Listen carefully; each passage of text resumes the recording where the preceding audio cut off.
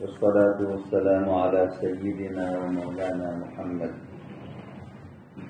وعلى آله وصحبه وعلى من تبعهم بإحسان إلى يوم الدين.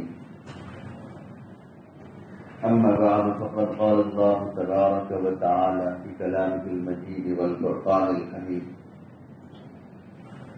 أعوذ بالله من الشيطان الرجيم. بسم الله الرحمن الرحيم.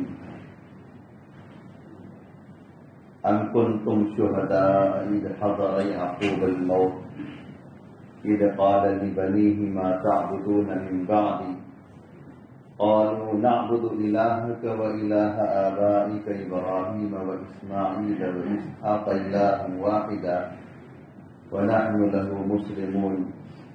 صدق اللہ العظیم. بزرگوں اور بھائیوں،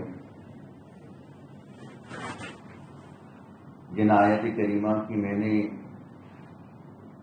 آپ کے سامنے تلاوت کی ہے، اللہ تبارک و تعالی نے اپنے ایک برگزیدہ نبی اور پیغمبر کی اپنی وفات سے پہلے اپنے بیٹوں کی وصیت کا تذکرہ ہے. اللہ کے بہت بڑے برگزیدہ نبی اور پیغمبر حضرت یعقوب علیہ السلام نے اپنی وفات سے پہلے اپنے بیٹوں کو کس چیز کی وصیت کی تھی اور کس بات کا عہد ان سے لیا تھا. اللہ تعالیٰ مجھے اور آپ سے یہ خطاب فرماتے ہیں. آپ کو معلوم ہے کہ حضرت یعقوب علیہ السلام کی جب وفات ہو رہی تھی، ان کا انتقال ہو رہا تھا، تو انہوں نے اپنی اولاد سے، اپنے بیٹوں سے کیا کہا تھا؟ انہوں نے اپنے بیٹوں سے یہ کہا تھا کہ میرے بیٹو، میرے بعد تم کس کی عبادت کرو گے؟ اذ قال لبنیہ ما تعبدون من بعدی، اے میرے بیٹو تم میرے بعد کس کی عبادت کرو گے؟ تو بیٹوں نے بیک زباں ہو کر یہ جواب دیا تھا کہ والد محترم، فکر کرنے کی ضرورت نہیں ہے، ہم آپ کے معبود کی اور آپ کے باپ دادا حضرت ابراہیم، حضرت اسماعیل اور حضرت اسحاق علیہ السلام کے معبود کی عبادت کریں گے. جن کی وہ عبادت کرتے تھے اسی معبود کی ہم بھی عبادت کریں گے. آپ فکر نہ کیجیے. دیکھیے، اس چھوٹی سی آیت کریمہ میں اللہ تبارک و تعالیٰ نے بہت بڑا پیغام دیا ہے. حضرت یعقوب علیہ السلام کو اپنی وفات کے وقت جس چیز کی فکر لاحق ہوئی، جو چیز ستا رہی تھی اور جس چیز کی ان کو زیادہ فکر لاحق ہوئی، وہ یہ تھی کہ میری وفات کے بعد، میرے انتقال کے بعد میری اولاد کس پر قائم رہے گی؟ دین پر قائم رہے گی یا مرتد ہو جائے گی؟ وہ کس کی عبادت کرے گی؟ حالانکہ حضرت یعقوب علیہ السلام کو ظاہری طور پر اس کی فکر کی ضرورت نہیں تھی، اس لیے کہ کئی نسلوں سے انبیاء کا سلسلہ چلا آ رہا ہے. کئی نسلوں سے انبیاء کا سلسلہ چلا آ رہا ہے. حضرت یعقوب علیہ السلام بھی نبی ہے. ان کے والد محترم حضرت اسحاق علیہ السلام بھی نبی ہے. ان کے والد حضرت ابراہیم علیہ السلام بھی نبی ہے. حضرت ابراہیم بھی نبی ہے.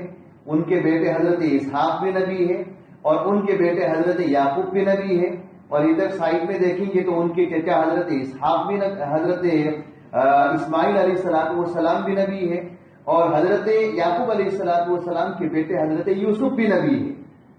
یعنی کئی پشتوں میں نبوت ہے، کئی پشتوں میں نبوت ہے، کئی نسلوں میں نبوت ہے. اس لیے ظاہری طور پر یہاں فکر کرنے کی ضرورت نہیں تھی.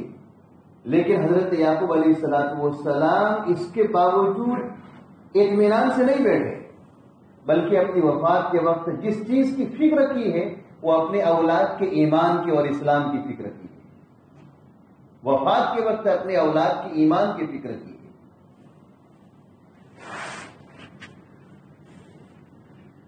آج اگر کسی باپ کا انتقال ہو رہا ہو تو اپنے انتقال سے پہلے فکر ہوتی ہے اس بات کی کہ میری اولاد کی دنیا کس طریقے سے بن جائے، میری اولاد کی دنیا کس طریقے سے سنور جائے، وہ کسی کے سامنے ہاتھ پھیلانے والی نہ بنے۔ یعنی خلاصہ یہ ہے کہ وہ دنیا کو سنوارنے کی فکر کرتا ہے، آخرت کی فکر اس کے پیش نظر نہیں ہوتی ہے۔ لیکن حضرت یعقوب علیہ السلام نے اپنے اولاد کی فکر کی اور آخرت کے سنوارنے کی فکر کی۔ اگر ایمان بچا کر لے کر گیا ہے تو اللہ کے وہاں کامیابی ہوگی، اور ایمان نہیں ہے تو اللہ کے وہاں کبھی بھی کامیابی نہیں ہو سکتی ہے۔ اس لیے حضرات علماء نے اور حضرات مفسرین نے لکھا ہے کہ ایک انسان کے دوسرے انسان پر دو طرح کے حقوق ہیں، بلکہ ایک انسان کے ذمے دو طرح کے حقوق ہیں، ایک حقوق اللہ اور دوسرے حقوق العباد۔ حقوق اللہ کا مطلب یہ ہے کہ اللہ تبارک و تعالیٰ کے حقوق بندے کے ذمے۔ اللہ کے حقوق بندے کے ذمے کیا ہے؟ نماز پڑھنا، روزہ رکھنا، زکوٰۃ ادا کرنا، حج کرنا، اور اسی طریقے سے دوسرے بہت سے حقوق جو اللہ تبارک و تعالیٰ نے اپنے بندوں کے ذمے اپنے لیے واجب کیے۔ کتابوں میں آتا ہے کہ اگر اللہ تبارک و تعالیٰ کے حقوق میں کوتاہی ہوئی ہے تو اللہ تعالیٰ اپنے حقوق کو معاف کر دیں گے، اپنے فضل کا معاملہ فرمائیں گے، اور کرم کا معاملہ ہوگا، اللہ تعالیٰ اپنے حقوق کو معاف کر سکتے ہیں۔ لیکن دوسرے حقوق بندوں کے حقوق ہیں۔ بندوں کے حقوق کا مطلب یہ ہے کہ ایک بندے کا حق دوسرے بندے پر، ایک انسان کا حق دوسرے انسان پر، اور اس میں پھر بہت سے حقوق ہیں۔ پڑوسیوں کے حقوق آتے ہیں، ماں باپ کے حقوق اولاد کے ذمے، اولاد کے حقوق ماں باپ کے ذمے، اور شوہر کے ذمے بیوی کے حقوق، بیوی کے ذمے شوہر کے حقوق، آنے والے مہمان کا حق ہے۔ اس طریقے سے بے شمار حق ہیں۔ ایک حدیث کے اندر نبی کریم صلی اللہ علیہ وسلم نے اولاد سے یہ مخاطب ہو کر فرمایا کہ تمہارے لیے تمہارے والدین جنت بھی ہے، جہنم بھی ہے۔ دیکھو اولاد کو کیا بتایا؟ اولاد کے ذمے اپنے والدین کے حقوق، اولاد کے ذمے اپنے والدین کے حقوق کیا بتایا؟ یہ بتایا کہ تمہارے لیے تمہارے والدین جنت بھی ہے، جہنم بھی ہے۔ یعنی جو شخص والدین کی خدمت کرے گا، ان کی اطاعت کرے گا، ان کی فرمانبرداری کرے گا، تو وہ والدین ان کو جنت میں لے جانے کا ذریعہ بنیں گے۔ وہ والدین اولاد کو جنت میں لے جانے کا ذریعہ بنیں گے۔ اور والدین کی نافرمانی کی ہے، ان کو ستایا ہے، ان کی نافرمانیاں کی ہے، ان کے احکام کو نہیں مانا ہے، ان کا حکم توڑا ہے، ان کو ناراض کیا ہے، تو والدین کی یہ ناراضگی اولاد کو جہنم میں لے جانے کا ذریعہ بنے گی۔ اس لیے اولاد کے ذمے اپنے والدین کے بھی حقوق ہیں، لیکن اس سے زیادہ حقوق والدین کے ذمے اولاد کے ہیں۔ والدین کے ذمے اپنی اولاد کے حقوق ہیں۔ والدین کے ذمے اپنی اولاد کے بے شمار حقوق ہیں۔ پہلا حق یہ ہے کہ بچے کے لیے، پیدا ہونے والے بچے کے لیے اچھی ماں کا انتخاب کرے۔ سب سے پہلا حق یہ ہے کہ پیدا ہونے والے بچے کے لیے اچھی ماں کا انتخاب کرے۔ کیا مطلب اس کا؟ اس کا مطلب یہ ہے کہ بچہ تو پیدا نہیں ہوا ہے، لیکن پیدا ہوگا، اس پیدا ہونے والے بچے کے لیے اچھی ماں کا انتخاب کرے، یعنی اچھی اور نیک، صالحہ، پارسا اور اللہ سے ڈرنے والی عورت کے ساتھ نکاح کرے۔ فاحشہ، فاجرہ عورت کے ساتھ نکاح نہ کرے۔ فاحشہ، فاجرہ عورت کے ساتھ نکاح کرے گا تو اس کے بدن سے، اس کے پیٹ سے پیدا ہونے والی اولاد بھی ایسی ہی ہوگی، اللہ ماشاء اللہ۔ اللہ تعالیٰ ہدایت دے اور بات۔ لیکن اولاد کے لیے والدین کا پہلا حق یہ ہے کہ پیدا ہونے والے بچے کے لیے اچھی ماں کا انتخاب کرے، نیک، صالح، پارسا، اللہ سے ڈرنے والی خاتون، اچھی عورت کے ساتھ نکاح کرے، اللہ کے حکم کو ماننے والی عورت ہو، ایسی عورت کے ساتھ نکاح کرے۔ کتابوں میں لکھا ہے کہ والدین کی صلاح اور والدین کے تقوی کا اثر بچے پر پڑتا ہے۔ اگر والدین متقی ہیں تو والدین کے تقوی کا اثر، ان کی صلاح کا اثر اولاد پر پڑتا ہے، اور والدین اگر متقی نہیں ہے، فاسق ہے، فاجر ہے، تو ان کی فسق و فجور کا اثر ان کی اولاد پر پڑے گا۔ بچے کے اندر اثرات منتقل ہوتے ہیں، بچے کے اندر اپنے والدین کے اثرات منتقل ہوتے ہیں۔ ایک یہودی نے نبی کریم صلی اللہ علیہ وسلم سے عرض کیا، پوچھا کہ اللہ کے رسول، پیدا ہونے والے بچے میں کبھی ہم دیکھتے ہیں کہ باپ یا باپ کے خاندان میں سے کسی کی مشابہت، شکل و صورت نظر آتی ہے، ہوتا ہے؟ باپ یا باپ کے خاندان میں کسی کی شکل و صورت اس بچے میں نظر آتی ہے، اور کبھی ایسا ہوتا ہے کہ ماں یا ماں کے خاندان یعنی ننیالی رشتہ، اور ادھر یہ کیا ہے، ددیالی رشتہ، ننیالی رشتے میں سے کسی کی شباہت اور کسی کی شکل نظر آتی ہے۔ تو یہ کیا ہے؟ یہ کیا ہے؟ تو اللہ کے رسول صلی اللہ علیہ وسلم نے جواب دیا کہ جب بیوی کے ساتھ صحبت ہوتی ہے اور رحم دانی کے اندر نطفہ قرار پاتا ہے تو دونوں کے نطفوں کا مجموعہ قرار پاتا ہے۔ مرد کا نطفہ بھی ہوتا ہے، عورت کا نطفہ بھی ہوتا ہے، دونوں کے مجموعے سے بچہ پیدا ہوتا ہے، دونوں کے مجموعے سے بچہ پیدا ہوتا ہے۔ صرف شوہر کا نطفہ ہو بچہ کبھی پیدا نہیں ہوگا، عورت ہی کا نطفہ ہو بچہ پیدا نہیں ہوگا، دونوں کے نطفوں کا ملنا ضروری ہے۔ پھر دونوں کے نطفوں کے ملنے کے بعد اگر شوہر کا نطفہ غالب ہے، زیادہ ہے، اس کی کوانٹٹی زیادہ ہے، اور عورت کے نطفے کی کم ہے، تو پیدا ہونے والے بچے کے اندر باپ یا باپ کے خاندان میں سے کسی کی مشابہت ہوگی۔ بات سمجھ میں آئی؟ اور اگر ماں کے نطفے کی کوانٹٹی زیادہ ہے، باپ کا یعنی شوہر کا نطفہ کم ہے، تو اس صورت میں پیدا ہونے والے بچے میں ماں یا ماں کے خاندان میں سے کسی کی مشابہت ہوگی۔ معلوم اس سے یہ ہوا کہ جیسے شکل و صورت میں، شباہت میں پیدا ہونے والے بچے کے اندر ماں باپ یا ان کی اولاد، ان کے خاندان میں سے کسی کی مشابہت ہوتی ہے، اسی طریقے سے یہ مشابہت صلاح و تقوی اور فسق و فجور میں بھی ہوتی ہے۔ اگر والدین نیک اور صالح ہیں تو اس صورت میں پیدا ہونے والے بچے کے اندر نیکی اور صلاح و تقوی کے اثرات آئیں گے، اور اگر والدین فاسق فاجر ہیں تو اس صورت میں پیدا ہونے والے بچے کے اندر اثرات ایسے ہی منتقل ہوں گے۔ یاد رکھو، بہت اہم بات ہے۔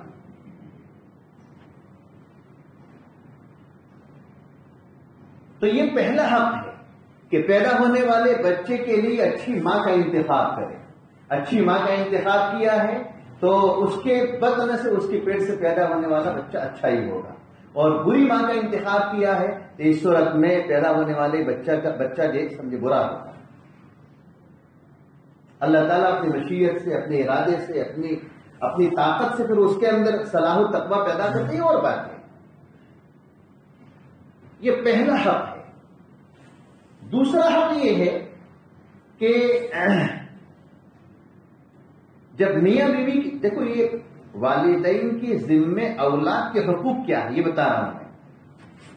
والدین کے ذمے، ماں باپ کے ذمے اولاد کے حقوق کیا ہے؟ پہلا حق کیا بتایا کہ اچھی ماں کا انتخاب کرے۔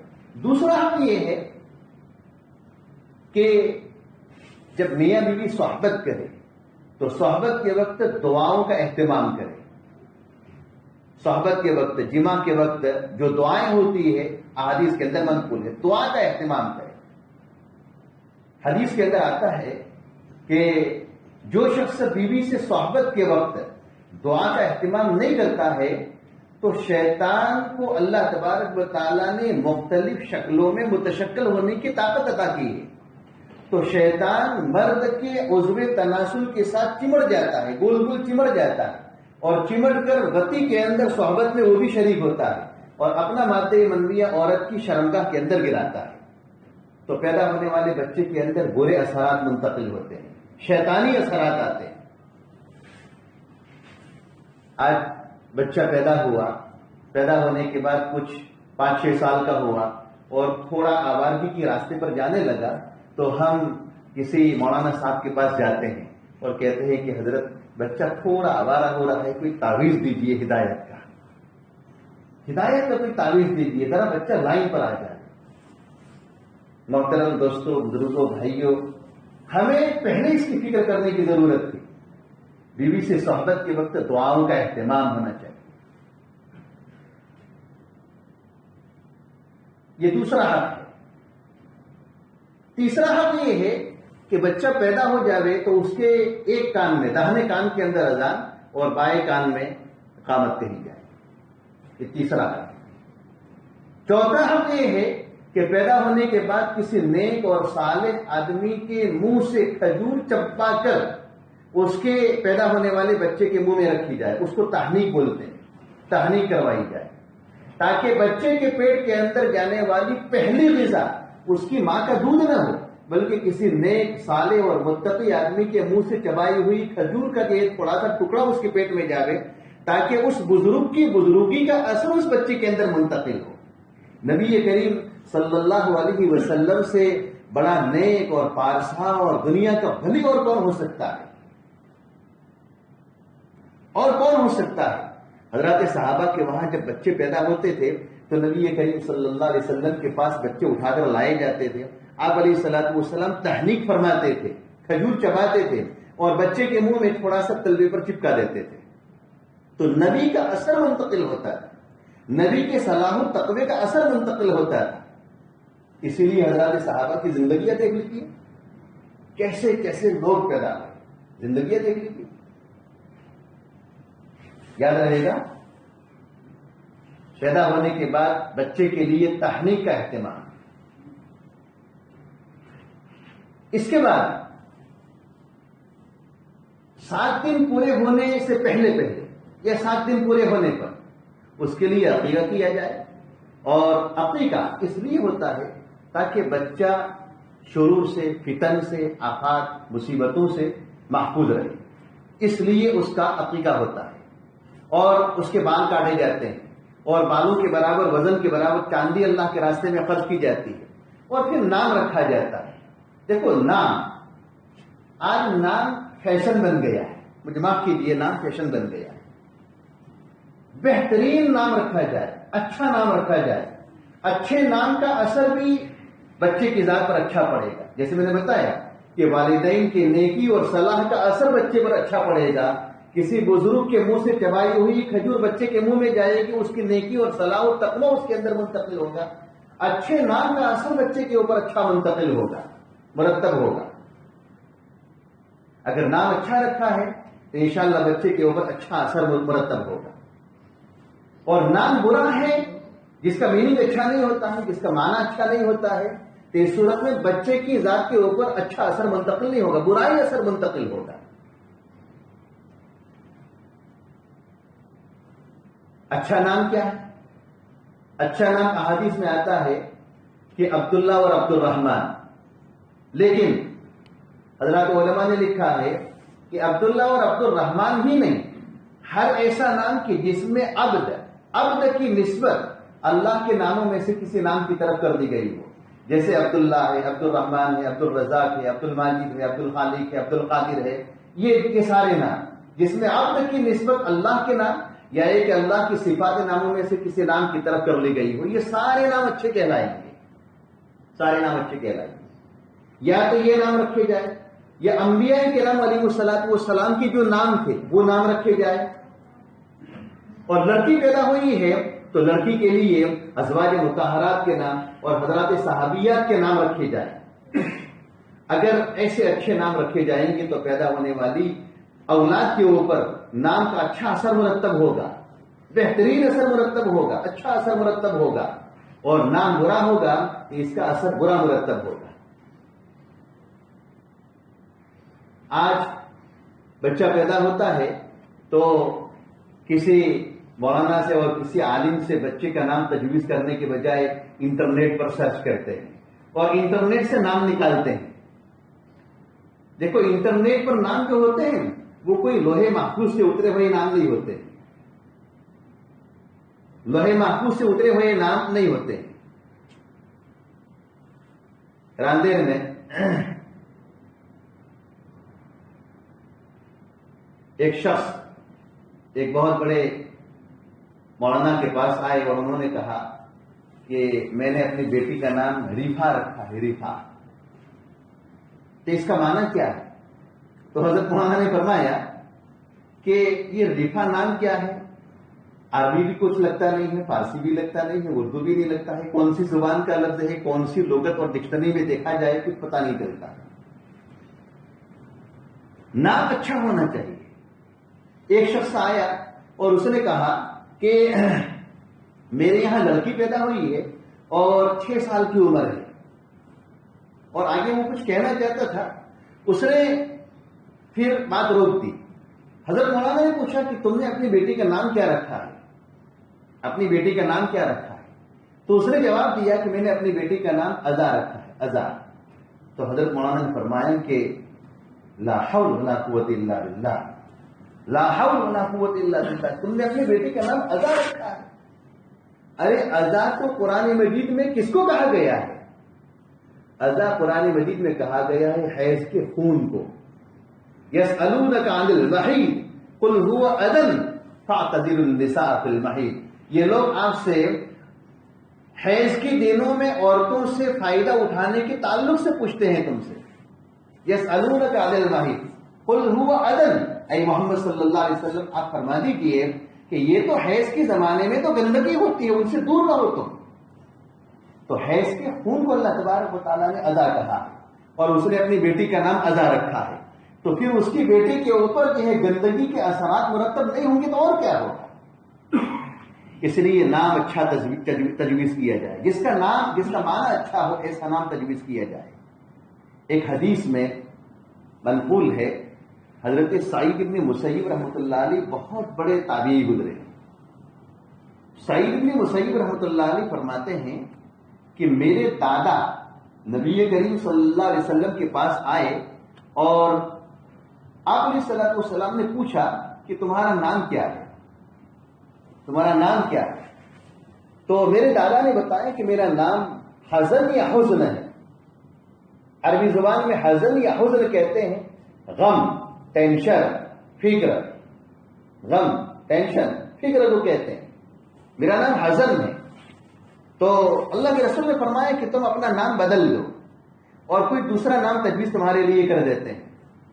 تو سعید بن مسیب فرماتے ہیں کہ میرے دادا نے یہ فرمایا کہ میرے باپ دادوں نے میرا نام جو حزن رکھا ہے وہ نام میں نہیں بدلوں گا, میں تو وہی نام رکھوں گا, وہی نام رکھوں گا, میں نہیں بدلوں گا.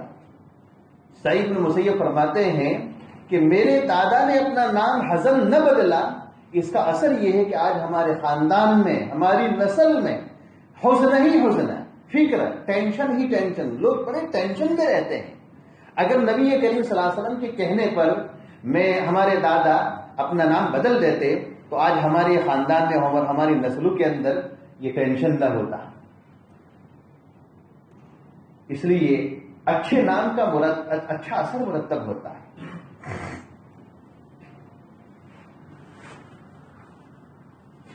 والدین کی ذمہ ضروری ہے کہ اولاد کی تعلیم و تربیت کی فکر کریں, اولاد کی تعلیم و تربیت کی فکر کریں. بچہ جب 7 سال کا ہو جائے تو اس کو نماز کی تلقین کرے, نماز کی تعلیم کرے, اور 10 سال کا ہو جائے اس صورت میں بچہ نماز نہ پڑھے تو مار کر اس کو پڑھائے. حدیث میں آتا ہے کہ مروا اولادکم 7 سنین, تم اپنے اولاد کو 7 سال کی عمر ہو جانے پر نماز کی تلقین کرو, نماز کی تاکید کرو. اور دیکھو 7 سال کی عمر ہو جائے, 7 سال سے کم میں کوئی بچہ مکلف نہیں. 7 سال سے کم عمر میں اگر بچہ مکلف ہوتا تو اللہ کے رسول فرماتے اللہ کے رسول صلی اللہ علیہ وسلم سے بڑا مربی اور بڑا معلم کون ہو سکتا ہے؟ بڑا معلم اور بڑا مربی کون ہو سکتا ہے؟ کوئی نہیں ہو سکتا ہے. لیکن آپ علیہ الصلوۃ والسلام نے 7 سال کی قید لگائی کہ 7 سال کی عمر کا بچہ ہو جائے تو اس کو نماز کی تلقین کرو، نماز تھوڑی تھوڑی سکھاؤ. اس سے پہلے نہیں، بلکہ اس سے پہلے تو فرمایا کہ جنبوا مساجدکم صبیانکم، اپنی مساجد کو اپنے بچوں سے دور رکھو، اپنی مساجد میں چھوٹے بچوں کو مت آنے دو. یہ فرمایا گیا ہے جنبوا مساجدکم صبیانکم، اپنے چھوٹے بچوں کو مسجد سے دور رکھو. اس لیے کہ چھوٹا بچہ صفائی ستھرائی کا خیال نہیں رکھتا ہے، پاکی اور طہارت کا خیال نہیں رکھتا ہے، اور سمجھے کس طریقے سے وضو کرنا ہے، کس طریقے سے گندے پاؤں کو لے کر اور گندے بدن کے ساتھ آ گیا، مسجد کی چٹائیاں آلودہ ہوگی، مسجد کا فرش آلودہ ہوگا، دوسرے مصلیوں کا وضو ٹوٹ جائے گا. اس لیے جو بچہ سمجھدار نہ ہو اور جس بچے کی عمر یہ 7 سال سے کم ہو تو اس کے بارے میں فرمایا گیا کہ جنبوا مساجدکم صبیانکم، کہ اپنے چھوٹے بچوں کو مسجدوں سے دور رکھو. ایسے چھوٹے بچے آئیں گے تو مسجد کی طہارت اور پاکی صفائی کا خیال نہیں رکھ پائیں گے. اور جہاں 7 سال کی عمر ہو جائے تو فرمایا گیا کہ تم اپنے بچوں کو نماز کی تلقین کرو. اور 10 سال کی عمر ہو جائے جبکہ 10 سال میں بالغ نہیں ہوا ہے، ابھی 10 سال میں بالغ نہیں ہوا ہے. بچہ تو بالغ ہوتا ہے کب؟ 12 سال یا 15 سال میں، اور بعد میں تو 18 سال بھی کہا ہے. بالغ ہونے سے پہلے اس کو نماز سکھانا شروع کر دو. اور 10 سال کی عمر میں اگر نہیں پڑھتا ہے تو اس کو مار کر پڑھاؤ. کیسا مارنا ہے؟ جسم پر ایسی پٹائی کہ جس سے بدن پر نشان نہ پڑے. نشان والی پٹائی یہ جائز نہیں، حرام ہے. اس لیے والدین سے یہ کہا گیا ہے کہ اپنے بچے کو 10 سال کی عمر میں نماز نہ پڑھنے پر پٹائی کرو. لیکن پٹائی کیسے؟ ایسی پٹائی کہ بچے کے جسم پر نشان نہ پڑے. دیکھو والدین کی ذمہ یہ ضروری ہے. آج ہمارے بچے 10 سال سے زیادہ کی عمر ہو جاتی ہے، 12 سال، 15 سال، 20 سال ہو جاتے ہیں، لیکن بچے ہماری گلی کوچوں کے اندر گھومتے ہیں. والدین کو توفیق نہیں ہوتی ہے کہ بچے کو مسجد کے اندر لانے کا اہتمام کریں. اگر بچپن سے ہم نے بچے کو 7 سال کی عمر سے بچے کو اگر ہم نے نماز کی تعلیم کی ہے، نماز کی عادت ڈالی ہے، تو یہ بچہ آگے جا کر کیا بنے گا؟ سمجھے نمازی بنے گا. یہ والدین کی ذمہ ضروری ہے. بچے کی تربیت کرنا، اس کو تعلیم دینا، اس کی اچھی تربیت کرنا ضروری ہے. ایک حدیث کے اندر نبی کریم صلی اللہ علیہ وسلم نے ارشاد فرمایا کہ ایک والد کی طرف سے اپنی اولاد کے لیے بہترین تحفہ یہ ہے کہ والد اپنی اولاد کو اچھے اخلاق سکھائے، اچھی تعلیم دے. یہ بہترین تحفہ ہے. آج ہم اپنے اولاد کے لیے تحفہ کیا سمجھتے ہیں؟ تحفہ یہ سمجھتے ہیں کہ عید کا موقع ہے تو اس کو 500 روپے کا نوٹ پکڑا دیا، اس کو جو ہے کچھ 1000 روپے دے دیے تو یہ تحفہ سمجھ لیتے ہیں. نہیں، یہ تو تحفہ ایک مادی تحفہ ہے، یہ تو دنیا کا تحفہ ہے. لیکن آخرت کا تحفہ یہ ہے کہ والدین اپنی اولاد کو اچھے اخلاق کی تعلیم کرے. باپ اپنے اولاد کو اچھے اخلاق کی تعلیم کرے. یہ اولاد کے لیے باپ کی طرف سے بہترین تحفہ ہے. نماز کی تعلیم، تربیت. 15 سال کی عمر ہو جائے تو اس کو روزہ بھی سکھایا جائے. بچے کی تعلیم و تربیت میں یہ داخل ہے کہ اس کو جھوٹ سے دور رکھا جائے. ہمیشہ سچ بولنے کی عادت ڈالی جائے بچے میں. دیکھو بہت اہم باتیں ہیں. بچے کو سچ بولنے کی عادت ڈالی جائے. اور یہ بچہ سچ بولنے والا کب بنے گا؟ جبکہ گھر کا ماحول سچ بولنے والا ہوگا. تو اگر گھر کا ماحول سچا ہے تو اس کا اثر بچے کے اوپر سچائی کا پڑے گا. اور گھر کے ماحول میں جھوٹ ہے، دھوکہ ہے تو بچے کے اوپر اثر ایسا ہی مرتب ہوگا. ایک واقعہ ہے، نبی کریم صلی اللہ علیہ وسلم کے زمانے میں ایک حضرات صحابیہ نے اپنے ایک چھوٹے سے بچے کو بلایا اور ایسے مٹھی بند رکھی اور کہا کہ تال ادھر آؤ، میں تم کو کوئی چیز دیتی ہوں، ادھر آؤ کوئی چیز دیتی ہوں. تو آپ علیہ الصلوۃ والسلام نے فرمایا کہ تمہارے ہاتھ میں کیا ہے، تم کیا دینا چاہتی ہو؟ کہا کہ میرے ہاتھ میں ایک چھوہارا ہے، کھجور ہے. بچے کو میں بلانا چاہتی ہوں اور سمجھے بچے کو چھوہارا کھجور دینا چاہتی ہوں میں. اللہ کے رسول نے فرمایا کہ اگر تم نے ایسے ہی مٹھی بند کی ہوتی اور بچے کو بلانے کے لیے ایک ترکیب بنائی ہوتی تو تمہارے نامہ اعمال میں ایک گناہ لکھا جاتا. آج ہم بچوں کو پکڑنے کے لیے بچہ ادھر ادھر بھاگتا ہو تو ہم سب کے مٹھی بند کر کے کیا کرتے ہیں کہ ادھر چاکلیٹ دیتا ہوں، ادھر چاکلیٹ دیتا ہوں، حالانکہ مٹھی میں کچھ بھی نہیں ہوتا ہے، مٹھی میں کچھ بھی نہیں ہوتا ہے، چاکلیٹ دیتا ہوں میں. یہ سمجھے اگر ہم نے اس طریقے سے کیا ہے تو ہمارے نامہ اعمال میں ایک گناہ لکھا جائے گا. اور پھر اس کا اثر بچے کی ذات پر پڑے گا. بچہ سمجھدار ہوتا ہے.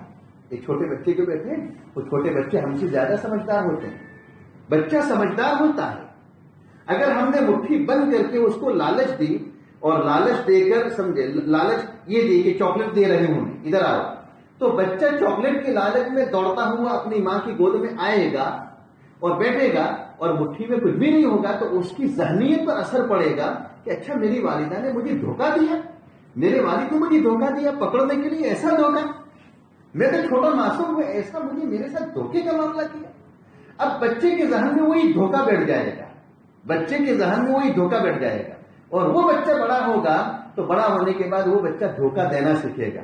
مارکیٹ میں جائے گا، دکان پر بیٹھے گا، غلے پر بیٹھے گا اور اپنی دکان کھول کر بیٹھے گا تو گاہکوں کو وہ دھوکہ دینا سیکھے گا، وہ امانت داری نہیں سیکھے گا.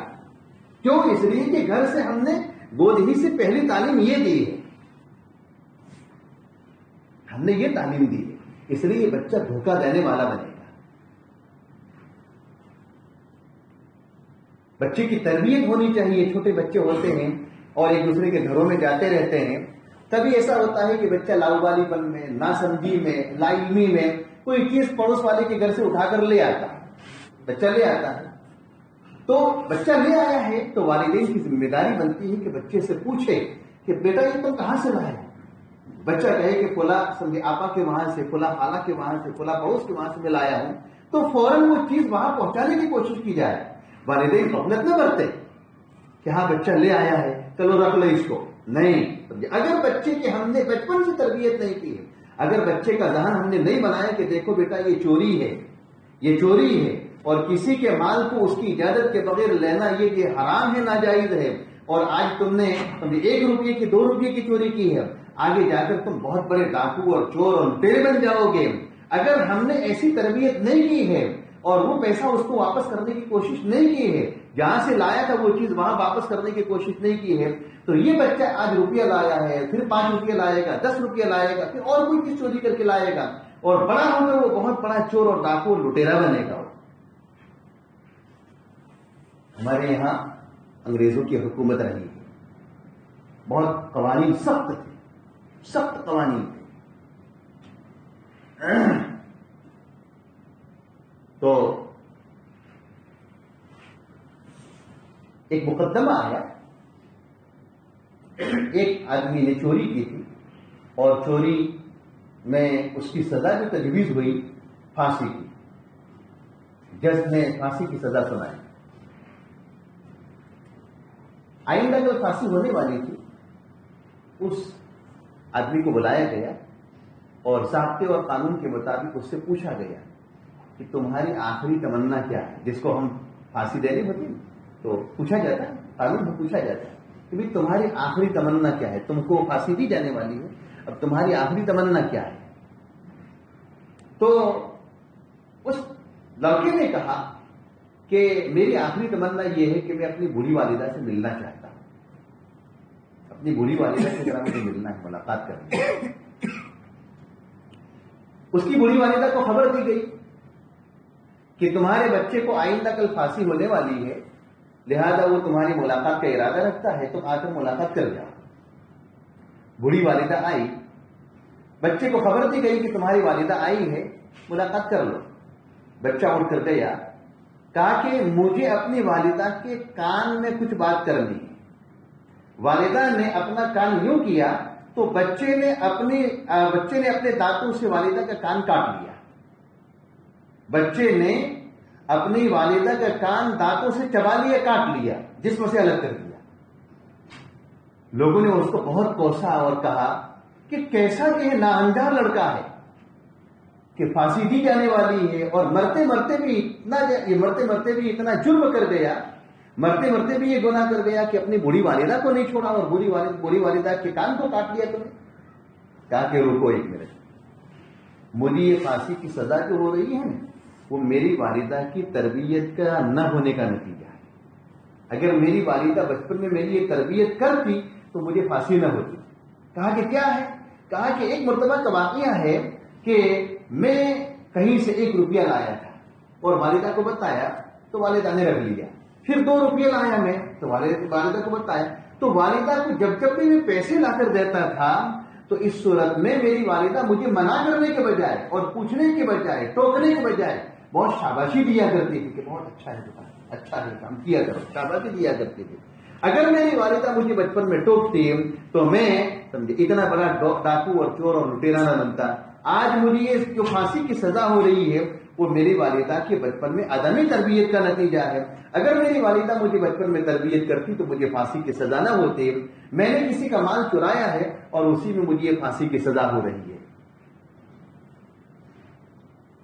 تو بہرحال عرض کرنے کا منشا یہ ہے کہ ہمارے ذمہ ضروری یہ ہے کہ ہم اپنے اولاد کی بہترین تربیت کریں، اپنے اولاد کی بہترین تربیت کریں. یہ والدین کی ذمہ ماں باپ کے حقوق ہیں، والدین کی ذمہ اولاد کے یہ حقوق ہیں. ان کو سمجھنے کی ضرورت ہے. بچپن میں بچوں کو کھانے کے آداب سکھائے جائیں. ایک حدیث کے اندر یہ ہے کہ نبی کریم صلی اللہ علیہ وسلم کے پاس حضرت ام سلمہ رضی اللہ تعالی عنہ کے چھوٹے سے بچے رہتے تھے. حضرت ابو سلمہ رضی اللہ تعالی عنہ کا انتقال ہوا تو ان کے انتقال کے بعد ان کی بیوی جو تھی ام سلمہ رضی اللہ تعالی عنہ، ان کا نکاح نبی کریم صلی اللہ علیہ وسلم کے ساتھ ہوا تھا. اور ایک چھوٹا سا بچہ وہ ان کی ماں کی گود میں آیا تھا، عمرو بن سلمہ. تو ایک دن کھانے کے لیے بیٹھے تو پوری پلیٹ کے اندر سے ہر جگہ سے وہ کھانا اٹھا کر لقمہ اٹھا کر کھا رہے تھے. نبی کریم صلی اللہ علیہ وسلم نے یہاں 3 باتیں ان کو ہدایت کی، 3 باتوں کی تربیت فرمائی. فرمایا کہ سم اللہ وکل بیمینک ومما یلیک. آپ نے فرمایا کہ کھانے سے پہلے بسملہ پڑھو اور کھانا اپنے سامنے سے کھاؤ اور کھانا داہنے ہاتھ سے کھاؤ. دیکھو 3 باتوں کی ہدایت فرمائی، 3 باتوں کی آپ نے سمجھے تعلیم دی کہ کیا کرو، بسملہ پڑھو اور اپنے سامنے سے کھاؤ اور داہنے ہاتھ سے کھاؤ. یہ تعلیم دی. اور جہاں یہ تعلیم دی اسی طریقے سے سمجھے ایک مرتبہ ایک بڑے صحابی اقراش ابن زبیر نبی کریم صلی اللہ علیہ وسلم کے پاس آئے تو وہ بڑی عمر کے تھے، وہ بھی کھنچی کے اندر سے پیٹ کے اندر سے ہر طرف سے کھا رہے تھے. آپ علیہ صلی اللہ علیہ وسلم نے فرمایا کہ بھئی کھانا تو ایک ہی طرح کا ہے، تم ایک ہی طرح کے کھانے کو ہر طرف سے کیوں کھاتے ہو؟ اپنی طرف سے کھاؤ، سامنے والے کو گھن ہوگی، ہر طرف سے کھاؤ گے تو. چنانچہ ذرا سمجھے وہ سنبھل گئے، کھانے سے فارغ ہونے کے بعد ایک بڑا کنچا لایا گیا اور اس میں الگ الگ طرح کی الگ الگ طرح کی کھجوریں سمجھے رکھی ہوئی تھی. تو کہاوت مشہور ہے کہ دودھ کا جلا یہ چھانس بھی پھک پھک کر پیتا ہے. تو اللہ کے رسول صلی اللہ علیہ وسلم نے وہ ٹوکا تھا تو وہ مختلف قسم کی کھجوریں پلیٹ کے اندر آئی تو وہ اپنے سامنے ہی سے کھا رہے تھے، اپنے سامنے ہی سے کھا رہے. اللہ کے رسول نے فرمایا کہ دیکھو یہ کھجوریں مختلف ہیں، لہٰذا ہر جگہ سے تم کھا سکتے ہو، ہر جگہ سے کھا سکتے ہو. یہاں ایک طرح کی کھجور نہیں ہے، ادھر کھانا ایک طرح کا تھا.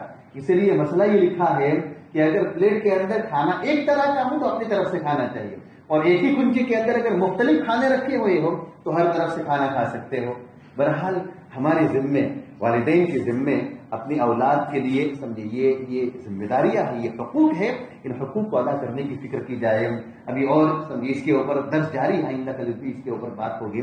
اللہ تبارک و تعالی ہم سب کو اپنے اولاد کے حقوق ادا کرنے کی توفیق عطا فرمائے. وآخر دعوانا الحمد للہ رب العالمین.